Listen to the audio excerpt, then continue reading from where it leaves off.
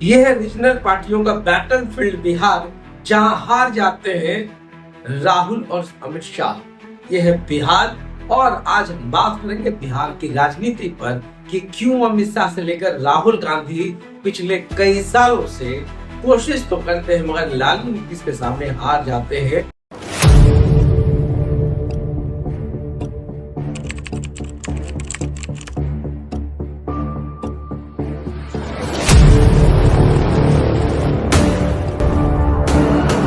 बिहार का क्या समीकरण है, जब उस पर बात करेंगे।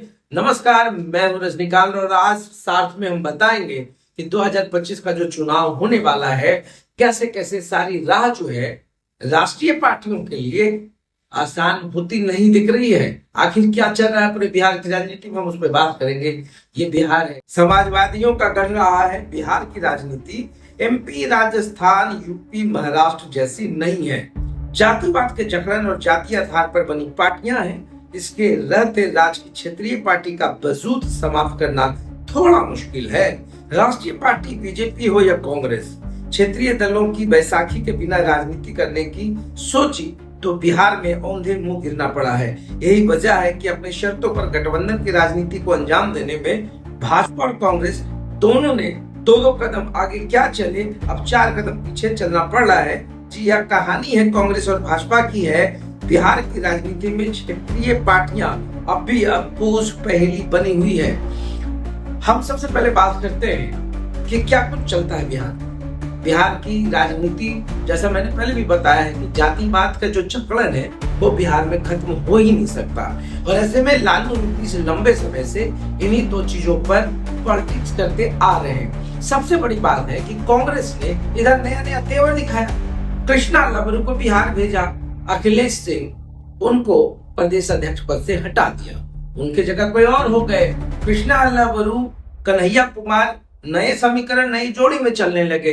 कांग्रेस जो है कुल मिलाकर के तेजस्वी यादव यानी लालू प्रसाद की पार्टी राजद को आंख दिखाने लगी। 70 सीटों से कम नहीं लेंगे, मनचाही बातें होंगी, हर चीज होगा।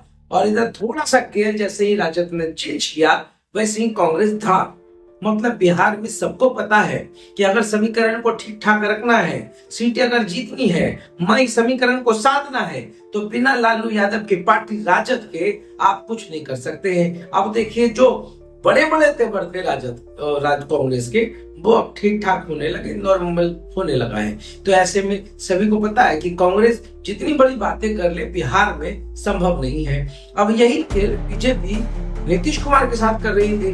बड़े नेता बोलने लगे थे कि अब तो केंद्रीय पार्टी है, केंद्रीय जो कमेटी है वो डिसाइड करेगी नीतीश कुमार सीएम फेस होंगे कि नहीं होंगे।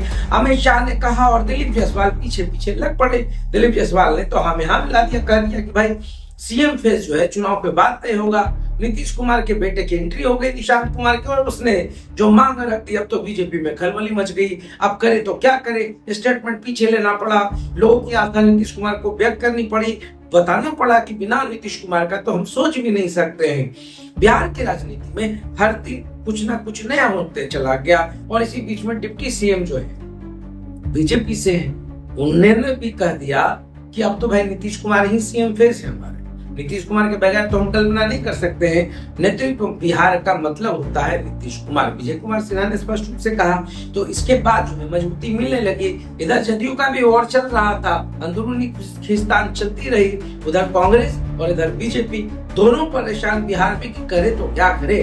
लालू नीतीश को हराना उनके ही बिहार में, उनके मतलब बिहार की बात हो रही है, उनकी जगह पर थोड़ा सा मुश्किल लगा। बीजेपी और कांग्रेस के लिए सबसे बड़ी चुनौती हो रही थी कि हम नीतीश और लालू को मात दें तो कैसे दें। बिहार में तो जो चीजें हैं, देखिए राजस्थान की बात हो, महाराष्ट्र की बात हो, मध्य प्रदेश की बात हो, यूपी की बात हो, वहां का समीकरण में यहाँ के समीकरण में बहुत अंतर है। तो यही सब कुछ चल रहा है और ये बैटल फील्ड है बिहार का। समझ में नहीं आएगा कौन किस दिशा में चलेगा। यहाँ तो नदिया के पास का गाना भी नहीं चल सकता है, कौन है दिशा में लेके चला रे बट भैया, मेरे पास वो गाना है मगर चलाऊंगा तो फिर समझ ही रहे ना। तो फिर यही सारी कहानी है, बिहार की अपनी राजनीति है। तो देखते रहिए साथ। बहुत धन्यवाद।